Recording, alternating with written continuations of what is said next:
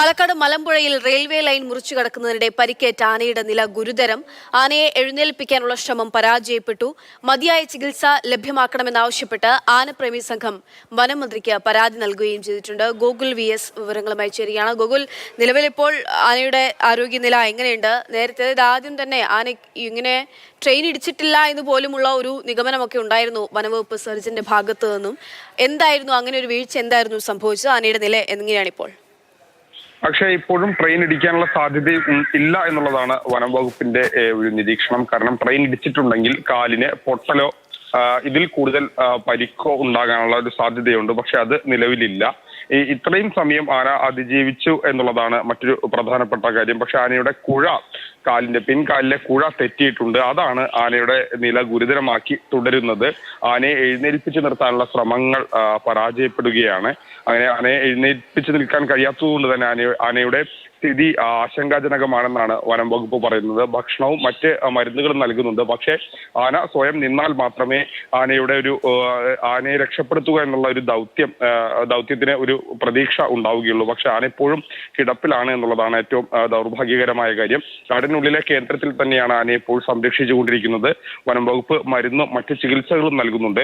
അതേസമയം ആനയ്ക്ക് മതിയായ ചികിത്സ നൽകണമെന്നാവശ്യപ്പെട്ട് ഇനിയും അത് ഉറപ്പുവരുത്തണമെന്നാവശ്യപ്പെട്ടുകൊണ്ട് ആനപ്രേമി സംഘം വനം മന്ത്രിക്ക് പരാതി നൽകുകയും ചെയ്തിട്ടുണ്ട്. നിലവിൽ ആനയുടെ പിൻകാലിനാണ് ഈ കുഴ തെറ്റിയത് മൂലമുള്ള പ്രശ്നമുള്ളത്. അതുകൊണ്ടാണ് ഇപ്പോൾ പൂർണ്ണമായും കിടക്കുകയാണ്. ആനയെ നമ്മൾ ആ ദൃശ്യങ്ങളിൽ കാണുന്ന ആദ്യ ദിവസത്തൊക്കെ ആനയ്ക്ക് നടക്കാൻ കഴിഞ്ഞെങ്കിലും പിന്നീട് അത് കഴിയാത്തൊരു നില വന്നു. നിലവിൽ വനം വകുപ്പ് കരുതുന്നത് ട്രെയിൻ വരുമ്പോൾ പാളം പെട്ടെന്ന് മുറിച്ചു കിടക്കുന്നതിനിടയിൽ ആനയുടെ കാൽ ഏതോ കുഴിയിൽ പെട്ടാണ് ഇങ്ങനെ ഒരു അപകടം പറ്റിയതെന്നാണ് കണക്കാക്കുന്നത്. അങ്ങനെയാണെങ്കിലും ആദ്യഘട്ടത്തിൽ പറഞ്ഞിരുന്നത് ഈ പരിക്ക് അത്ര ഗുരുതരമല്ല, നിസ്സാരമാണെന്നുള്ള രീതിയിലായിരുന്നല്ലോ പറഞ്ഞിരുന്നത്. തീർച്ചയായും ആദ്യഘട്ടത്തിൽ ആനയുടെ പരിക്ക്, കാരണം ആനയ്ക്ക് നടക്കാൻ സാധിച്ചു എന്നുള്ളത് ആദ്യഘട്ടത്തിൽ ആശ്വാസമായിരുന്നു. കാരണം സ്വാഭാവികമായും എല്ല് പൊട്ടിയിട്ടുണ്ടെങ്കിൽ അങ്ങനെ നടക്കാൻ കഴിയില്ല. പക്ഷേ പിന്നീട് നമ്മൾ ആ ദൃശ്യങ്ങളിൽ കാണുന്ന ആ ഒരു ആദ്യ മണിക്കൂറുകളിലെ ഈ അപകടം പറ്റിയ ആദ്യ മണിക്കൂറുകളിലെ ദൃശ്യമാണ്. അതിനുശേഷം ആനയെ വെള്ളമുള്ള ഒരു സ്ഥലത്തേക്ക് എത്തിച്ചു.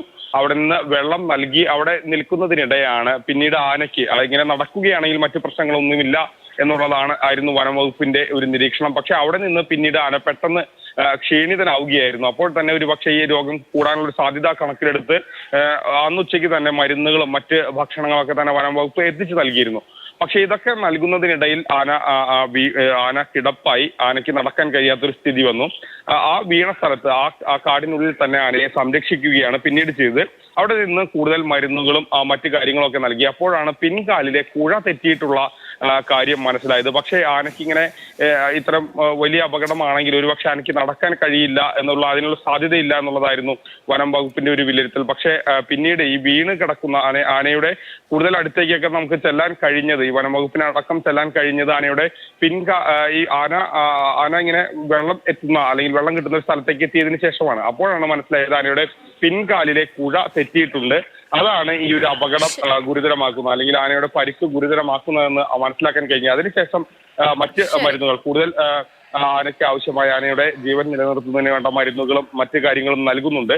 പക്ഷെ ഇപ്പോഴും വനം വകുപ്പിനെ സംബന്ധിച്ചിടത്തോളം പ്രതിസന്ധിയിലാക്കുന്നത് ആനയ്ക്ക് സ്വയം എഴുന്നേറ്റ് നിൽക്കാൻ കഴിയണം. എങ്കിൽ മാത്രമേ ആനയുടെ നിലയിൽ ഒരു പുരോഗതി എന്ന് പറയാൻ കഴിയുകയുള്ളൂ. ഇപ്പോഴും ഇന്നലെ ഏകദേശം രാവിലെ മുതൽ ആന പൂർണ്ണമായും കിടക്കുകയാണ്.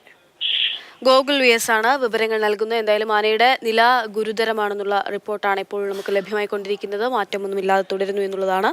അതേസമയത്ത് തന്നെ കോതമംഗലത്ത് സ്വകാര്യ വ്യക്തിയുടെ കിണറ്റിൽ കാട്ടാന വീണു എന്നുള്ള വാർത്തയും വരുന്നുണ്ട്. ആനയെ കിണറ്റിൽ നിന്നും കരകയറ്റാനുള്ള ശ്രമം നടക്കുന്നുണ്ട്.